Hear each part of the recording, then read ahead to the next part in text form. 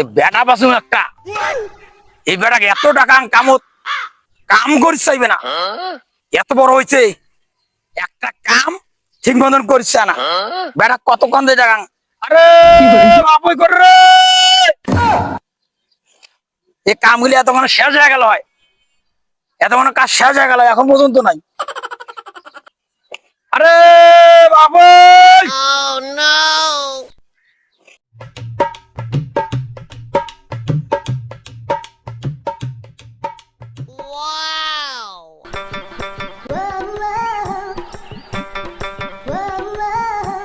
কি হল তোমার ডান্স কেন করি?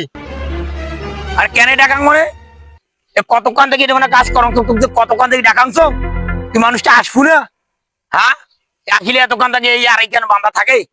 হ্যাঁ এইবার আড়াই কেন বান্ধি শেষ করলে কোন এবার আর দাম জানিস কেমন?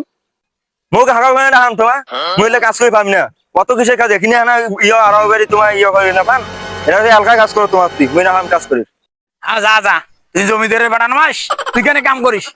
উত্তর পাড়ার ইয়ার সলিমুল্লার বেটি আলাপ দিল 5 লাখ টাকা, আর একটা এখন R15 দিয়েছেন, মানে কাম না করলে ছ দিবি তোকে, যা যা তোকে ছ দিবি।